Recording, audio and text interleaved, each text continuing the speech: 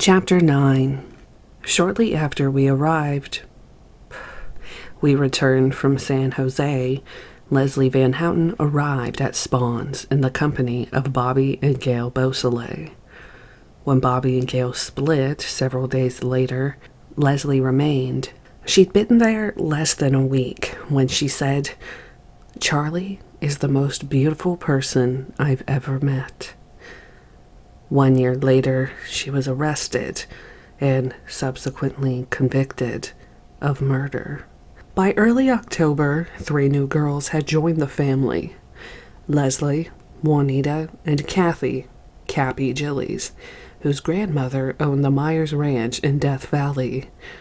Charlie began rapping in earnest about moving to the desert. "Out there," he said, "things aren't so crazy. We can have our own children, and our children can teach us the things we need to learn. Out there, we're closer to the stars and to the land and to the spirit of life. Death Valley, you know, it makes a lot of sense." I didn't know until later that during our trip to San Jose, Charlie had been attempting to sell his music through a connection with Dennis Wilson and Dennis's friend, Greg Jacobson, without success. His impatience to leave Spawn's was born not only of undercurrents of animosity between him and the Wranglers, but because of frustrations with the music. Charlie believed in himself as a musician, and rightly so. The Beach Boys had already recorded one of Charlie's songs, "Cease to Exist," under the title "Cease to Resist." Music was, in many respects, his only legitimate vehicle for success in the world. Even though he despised society, there was a part of him that sought success by its rules, if only to laugh in its face later. "Hey man," he used to say, "some of those straight jokers are better con man than any I ever met in the joint. It's all really the same. Games. People mind fucking each other for money and blood and calling it the golden rule. And I tell you, Paul, only the truth will set you free." By the middle of October, we had decided to go to Death Valley. But first, Charlie wanted to center our energies and bring the family closer by taking one final acid trip before departure. He told me to tune the group, that it was a prelude to our journey. At no other time did we prepare so elaborately for an acid scene. The girls made special garments, loose-fitting shirts and pants of velvet and silk, the softest, most comfortable clothing, embroidered with vivid designs of peacocks, sunsets, and flowers. We called them the no-sense make-sense clothes.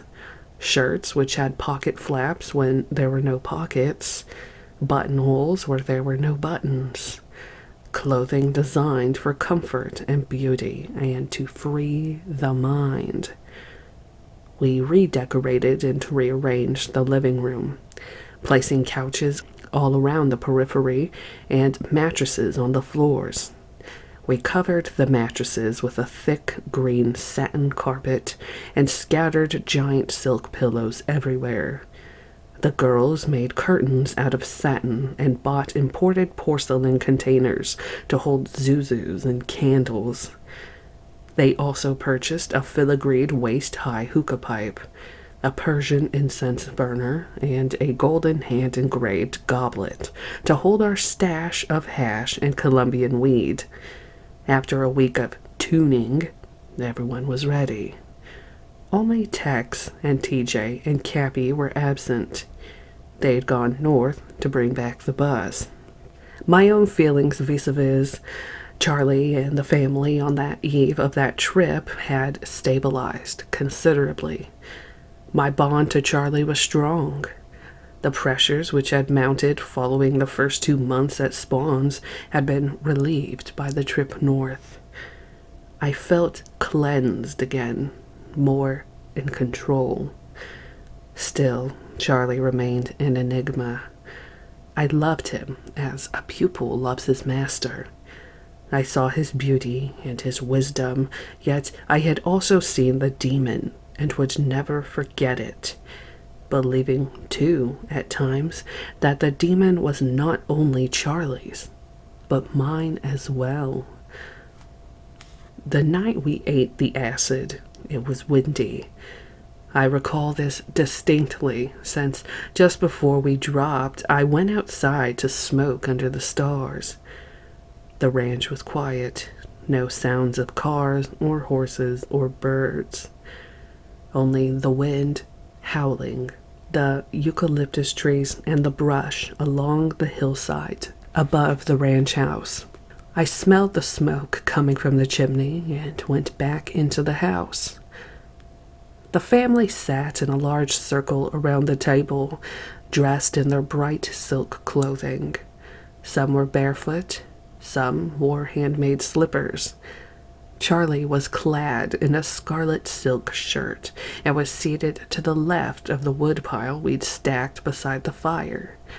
Next to him on one side was Squeaky, on the other, Kim, then Sadie, Katie, Mary, Ella, Stephanie, Gypsy, Leslie, Juan, Juanita, Clem, Brenda, Snake, and Weesh. The smell of lavender incense permeated the air. Charlie looked like some Eastern guru surrounded by his disciples. He smiled as I entered, then signaled for me to close the doors to the rest of the rooms. I did so, then sat down between Brenda and Snake, while Charlie started rapping about karma and how you can make any kind of trip you want, so long as you listen to your love, do what your love says, and don't avoid it by running from fear. We sang a couple of songs, then I passed out the acid. In the past, Charlie had generally taken less than the rest of us. He did this in order to maintain control and to orchestrate the scene. But that night, I'm sure he took the same dose as everyone else. 2 white double domes. We all dropped and within minutes started coming on. It was very strong acid. 1 tab would have been plenty. I was strumming the sitar when the acid seemed to kick me in the face. I felt my cheeks flush, the skin tighten around my eyes. The notes from the sitar sounded like semi-trucks rumbling through the center of the room. I glanced at Charlie. So did the others. We all saw the uncertainty in his eyes. He knew we were all in for a rough one. He asked Squeaky to get him a glass of soda water. She did, and he drank it down. But the look didn't leave his face, and it affected the entire group. Squeaky clung to Charlie's arm and tried to rest her head against him. "What are you doing?" "I'm hanging on to you." Charlie shook his head, then after a long silence said, "No, I'm hanging on to you." As he said this, I sensed the deeper implications of the remark. So did Squeaky. Charlie was being honest. He was clinging to Squeaky. She was virtually his number 1 girl. She'd been with him from the beginning. No one spouted his rap better than she did. No one was more committed to him. She not only took care of George, but because of her rank with Charlie, she was inspirational to the rest of the girls. No one made love to Squeaky but Charlie. Charlie did need her. He did cling to her, even though clinging to anyone was against everything he preached. But at that moment, it became all too clear, at least to me and to Squeaky. Charlie was telling the truth. He was hanging on. Squeaky freaked out. No, no, she insisted. I'm hanging on to you. Then she started flailing with both arms. Charlie grabbed her. No, no, Charlie, she screamed. It's not true. She bleated. Yes, it is, he insisted. She rolled into the woodpile and started kicking. Charlie, Charlie, it's not so. Charlie watched for a moment before kneeling beside me. Look, man, you watch her. Whatever she does is on account of me. With that, he changed his clothes and left the house. And everyone sat there in a state of psychedelic shock. Charlie, Charlie, they wailed. Where's Charlie? I didn't have time to ponder. Lynn was cutting herself on the woodpile. Her arms and legs were gashed and bleeding by the time I pulled her away and got on top of her. Charlie, no. It's okay, Lynn. Quit fighting. Relax. I pushed her shoulders down. Her eyes were wide, the pupils dilated with hysteria. She looked into my eyes and started making strange faces, contorting her mouth in an almost demonic way. Unconsciously, I responded by making the faces back at her. It was an instinctive action, yet it seemed to calm her down. Every nuance of expression in her face seemed to register in mine. I felt it, until we were flashing expressions in some kind of bizarre facial language. Gradually, the spasms subsided. I relaxed my grip, trying to soothe her. It's okay, Lynn. Nice and easy. That's it. Then, without warning, she freaked out again, arching her back and kicking. Deep, guttural sounds emanated from her throat, sounds that were completely unintelligible. I muscled her down again and responded by making similar sounds, and once more we fell into a pattern of communication. Then her lower body began shaking, quivering in abrupt, spastic convulsions.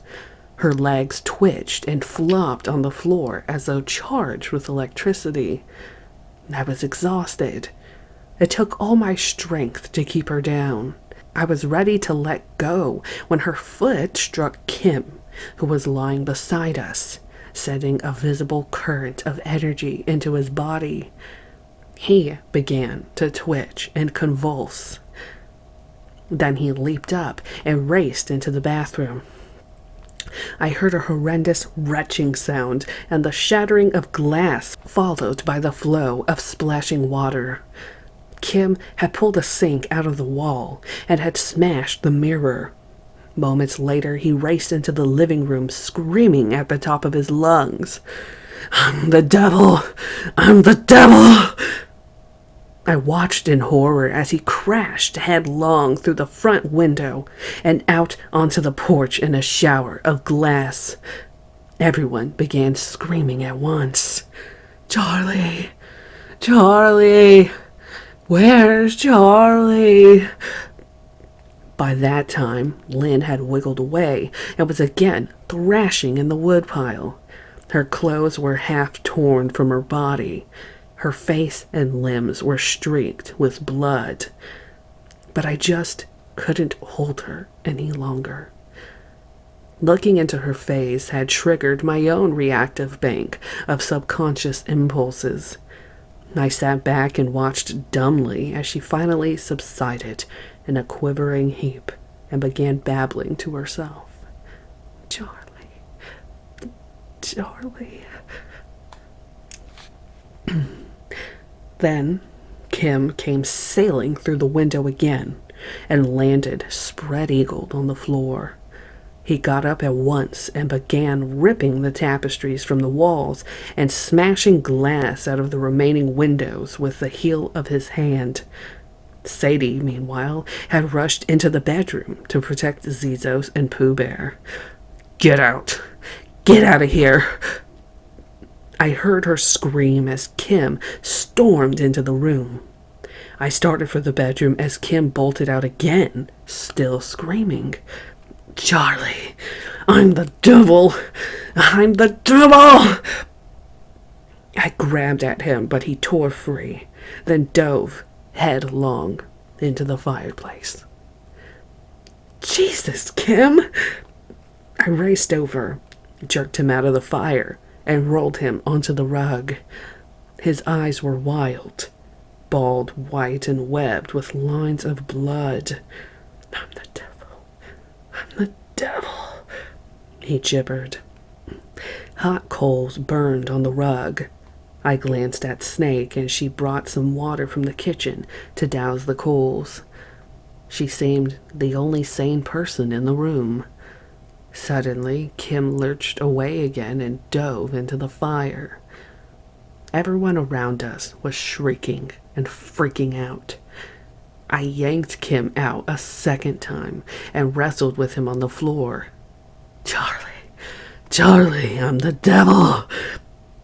It took all my strength to keep him pinned, and when I moved momentarily to give Snake room to get by, Kim broke away a third time and plunged into the flames.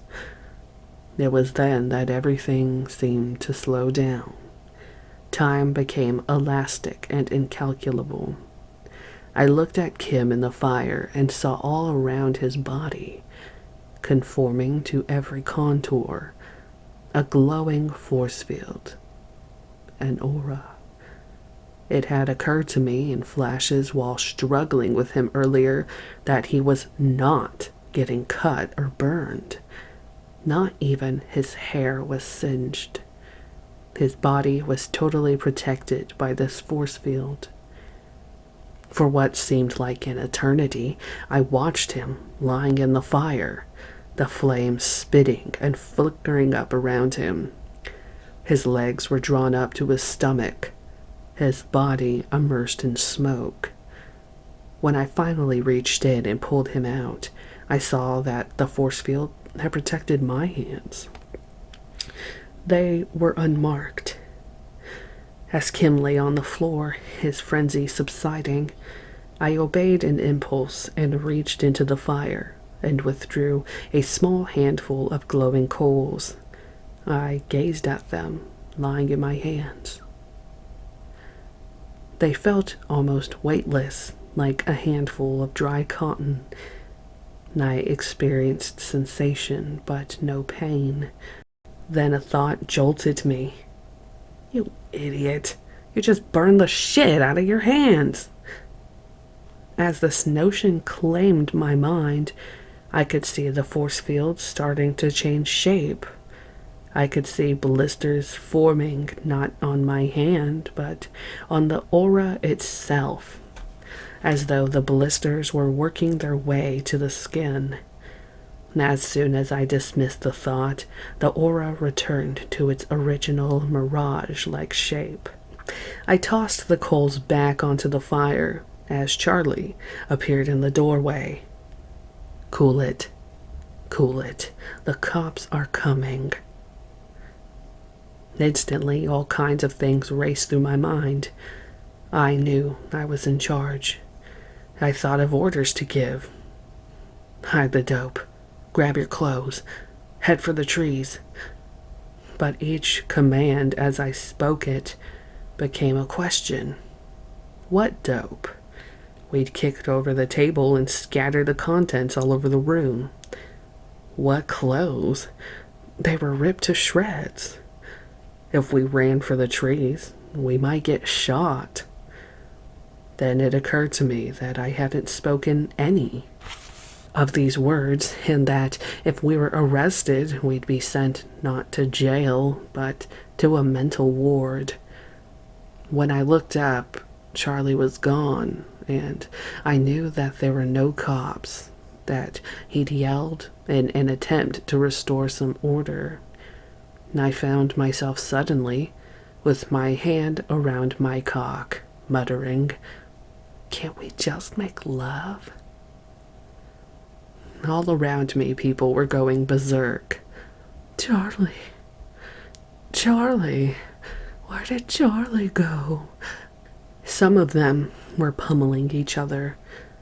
Others were throwing pillows. Some were scratching and flailing on the floor like epileptics. It was complete and utter insanity. "Charlie! Charlie!" The refrain rang out. The words reverberated in my head. "Charlie, Charlie." Yet I had been responsible for the scene. I had struggled to keep it from running completely amok. "Charlie, Charlie." Pretty soon the name sounded absolutely foreign to my ears, like something from another language. "Charlie," I muttered. "Charlie? Who in the hell is Charlie?" I flashed on the words. "All is one. I am you and you are me." Then it struck me that no one else was standing. No one else even seemed real. "I'm Charlie," I blurted. "I am Charlie." The next thing I remember was slumping to the floor beside Snake. She'd put out the fires and had pulled Kim onto the couch. We sat with our backs against the couch, staring straight ahead. Stephanie and Ella were watching the fire.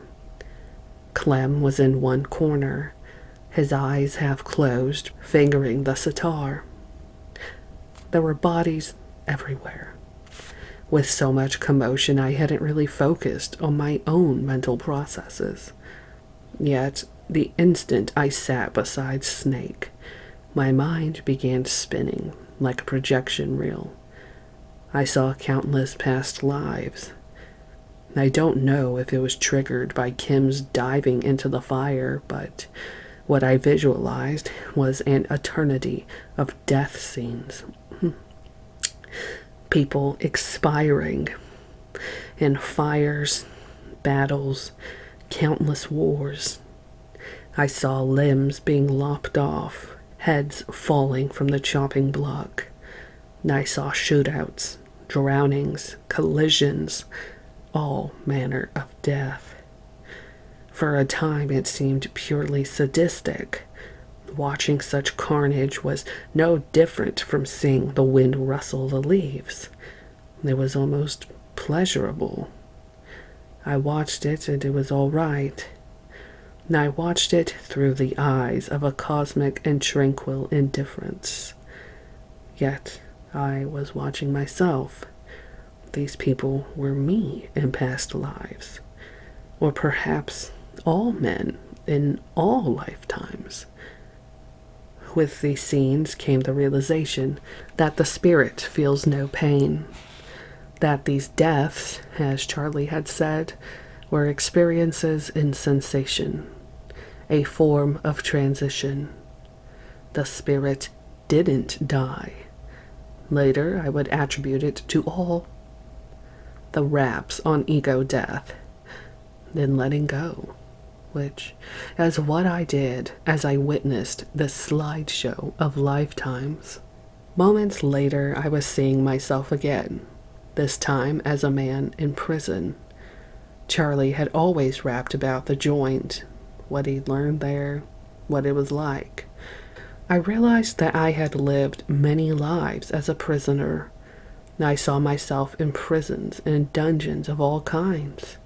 Some made of concrete and steel, some dry, some damp, some in the mountains, others by the sea, but inside they were all the same. Dark, oppressive, and somehow terminal. All this I viewed with Snake beside me. Once in the midst of it, I saw her reach for a cigarette. By the time she had it in her mouth, seconds later, I had lived out several episodes as a soldier. I'd seen myself in hand-to-hand combat with enemies of all colors and sizes, some on foot, some on horseback. Snake lit her cigarette and blew out the match. I put my head in her lap and closed my eyes. But I did not stop seeing this eternal story in my mind's eye, the Odyssey and the Inferno. It was endless and it was painless, yet paradoxically, I felt it deeply. At one point, hours later perhaps, I sensed myself returning to the void. I saw the void for what it was, a hole in the infinite. I saw it from all directions at once. I became total consciousness, experiencing perfect peace and absolute substance. The void was everything, yet it was nothing. It was solid, yet it was completely clear and open. There was the resolution of all paradoxes, boredom and exhilaration. It gave meaning to evolution, proved the wisdom of the inner quest. It revealed that self-awareness was meaningful, only in terms of the struggle to attain it. The process was to be savored. Wisdom is never absolute, except in the void. Life lies in its fluidity, in the process of change, suffering and joy, in an experience of the elements. There was near dawn, and the light of the new day was on the horizon. I sat beside Snake. Around us were 10 others, an aftermath of survivors. I looked at them all. Snake, Brenda, Gypsy, Ella, Katie, Sadie, Leslie, Squeaky, Kim, Stephanie. I saw in their faces the essence of humanity. I saw perfection. Each face was a masterpiece, sculptured in flesh and bone. I saw them as children. I saw them as devils. Their ears seemed slightly pointed, their smiles twisted into beatific yet demonic lines which portended the gamut of human feeling and expression. I saw life and death, the paradox of the void. I saw in their eyes compassion, love, and the inscrutable indifference of the cosmos. It was as if we all sat perched on the highest peak of awareness and could fall from there into light on one side and into darkness on the other. But at that moment, from the summit, we reflected perfection, all elements of our humanness and spirituality. It must have been around 10 o'clock when Snake brought me a cup of coffee, and I walked to the window and saw Charlie outside asleep under a eucalyptus tree.